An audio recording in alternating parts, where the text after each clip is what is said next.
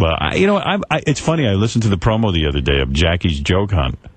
And I was thinking to myself, it's so nice to have Jackie on the channel. He's doing his thing, which is good. We don't have to really, you know, now we can just be friends. And I like that. I like where we're at. He's still strange. I got to tell you. It was funny. The other day I'm listening to the show. It was like last week or something. And some caller called in and said, are you ever going to, you know, go and sit in on the news? He goes, you know, I think it's about time. Right. He's floating the idea that he's going to come back, and then he called someone. I think it was like Jim McClure, somebody who works with us but doesn't book the show, to ask about coming back on. I was like, Jackie worked here for 15 years. He knows. Call Gary if you want to come in. Right. Like, he'll tell everyone but me that he wants to come back. I never understand that. I don't know what's going on there. He wants to be romance. He does. But so you think he's changed and grown, Artie? You know, I know people change, I guess, but I don't know. I mean, you know better. Well, I have changed. So, like, in a way, maybe I could work with Jackie without getting all riled up, because like as soon as Jackie starts his stuff that I don't like, I could just say to him, you know what? Get out. Get out. You can leave. Or just That's what therapy's Or just come up with some sort of idiot's chair that he can sit in when he put him a dunce cap. Exactly. Put a dunce cap on. Whenever he acts up, there's no discussion. Do you think if he was offered the job, he would definitely come back, you think? No, I don't know. I don't know. He says he would not. He says Can I ask you a question? I say he would in 2 seconds. Would you say that... He knows it's not going to be offered. Right. After Jackie left, I'm curious to get your honest opinion. Would you say that after Jackie left, this group became more tight-knit and it became an easier group to work with? I have more fun at work. Yeah, I mean... And I miss Jackie's talents. I do, too. I loved him. Love his talents. I think he's a great guy. He made me funnier.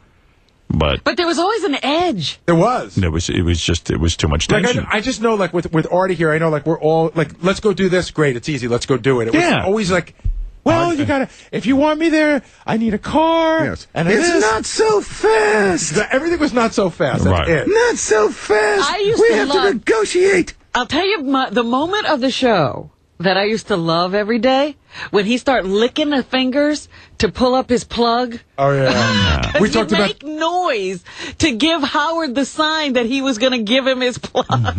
Yeah, part of his deal was you had to read his plug. And you know what? Right. You know what? Seriously, anybody here who has a plug and wants to just do it, just do it. I don't give a fuck. You don't have to fucking you don't have to tie me down and make me do it. Howard, he had... you didn't see what went on the other side of the glass, so to speak? He had the plug, right? And he knew that he got a middle of the show plug and an end of the show plug. And Jackie would write the times on the plug, meaning on Monday you were going to do it at 7. On Tuesday you were going to do it at 7:30 because he was trying to hit all times. He was rotating. And sometimes I remember we'd go to break and you'd be like interviewing the king, you know? Right. And Jackie would go, I put my plug up and didn't get to it. And you'd be like, well, I was fucking interviewing the king. Yeah, you see, that's the shit that made me nuts. Like, I'm in the middle of the show, and he goes, I did put my plug up. I know you had the Lindbergh baby. And I'd be like, this is important. He goes, that is in my contract. And I'd be like, okay, I was just kind of busy. Well, coming from where I was coming from, doing something like that would have been, I would have been, doing it on candid camera. Doing something that crazy, I could never. Yeah, it's just, you know what I mean? And I don't think anybody knew could have done. I felt like some parts of the relationship were adversarial, and who knew? They were. Yeah. He verbalized on several occasions, you make a lot of money, and I would like a piece of that. Right. Which was, like, my feeling always is, you make what you make, and it's my job to make what I make. Yeah, I mean, I'm not weird. tied like, to he was constantly comparing himself to me. He would say, like, a lot of times, he was big on percentages. All I want is 1% of what he's getting. Like, stuff like that. Right. And even when we would go into new markets, he would want a percentage of a new market, and he had, like, all formulas and stuff. Yeah, like and I was like, dude, I'm not negotiating with you. Do whatever you want. I don't know. Have they replayed the show where you read that letter? Well, you should. Where we, for all intents and purposes. For our purposes. For our purposes. Yeah. I mean, it was just one endlessly long ball-busting session. We got to do a Jackie retrospective. We should. We got it. That's a that's a special. No. Come on, we got to do it. Do a spotlight. You got a spotlight. Of course. Jackie, listen, you will never hear me say Jackie's untalented. He's very talented. And a great guy. A great guy personally. It was this one aspect of our relationship that became unbearable. Can I plug something?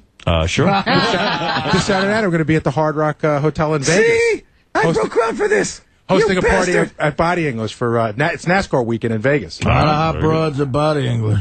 So a woman's been in a coma.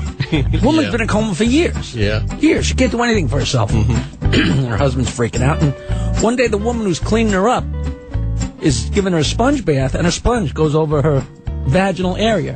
What? And the woman moans.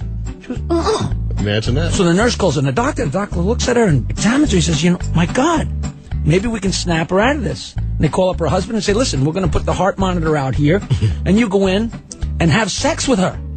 And we think maybe it'll bring her out of the coma.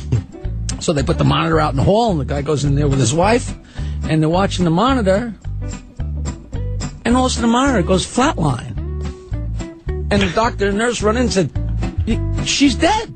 Did you have sex with her? And the guy says, yeah. And they said, what happened? He says, I think she choked to death.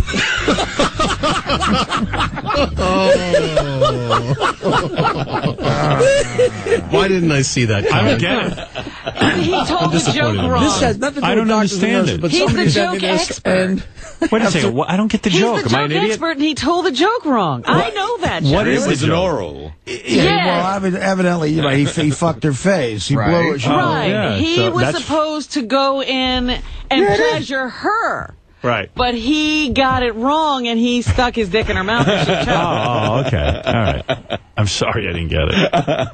But there's a piece there that Jackie didn't put in that's supposed to make it funny. Wow. You better take that up with him. That happens a lot. Oh. What is it, Dominic?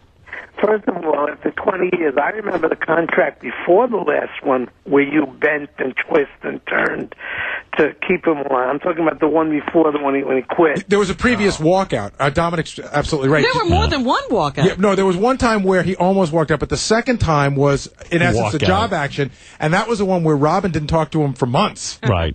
He was so angry. Yeah, he went on strike. He went on strike. Against us. You know. And then, What and did then- we do to you? Yeah, I mean, what did I do that was so bad to you? Just leave. Artie, are you aware? We should talk about this because we never have. There was a period of time when we first started doing the E! Show where we had to shut Jackie's camera off for a month Yeah. and pretend that Jackie wasn't part of the TV show. I just don't know how. Talk you about get- discomfort. Well, yeah, I just don't know how you continue to do a show with that kind of tension. Right. Yeah. And Well, he was good at it. And the big difference is that obviously Artie is much funnier in terms of being part of the family and getting every time there's a topic something, he fits in like a glove there.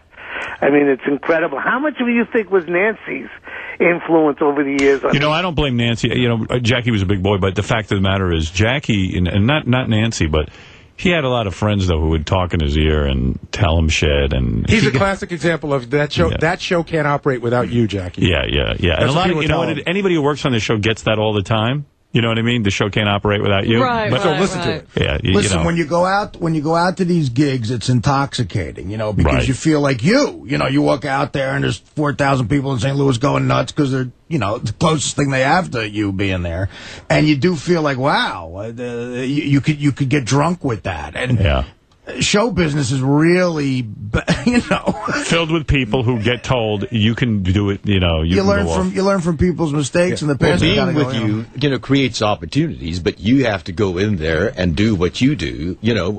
I have to go in there and do what I do in order to make that opportunity count. And so, you're the rainmaker. Yeah. Well, you know who's here? Speaking of rainmakers, Gilbert Gottfried. He's did a show rainmaker for sure. Yeah. He takes an opportunity and he milks it. He does. He really does. He'll nudge you to death. Can I just say one more thing on that subject? The one thing that Artie doesn't bring to the table that Jackie did bring that I do miss was that Artie always says, if it weren't for you, I wouldn't be here. And Jackie could never admit any of that. And he would bring that tension to the air.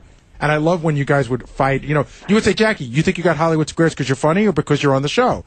And he would go, I was telling jokes long before you were born. The best was when he wouldn't tell us anything that happened at Hollywood Squares. He wouldn't talk about it because he didn't want to blow his chance. My favorite was, Opportunity to get into real show business. Yeah, he was this close.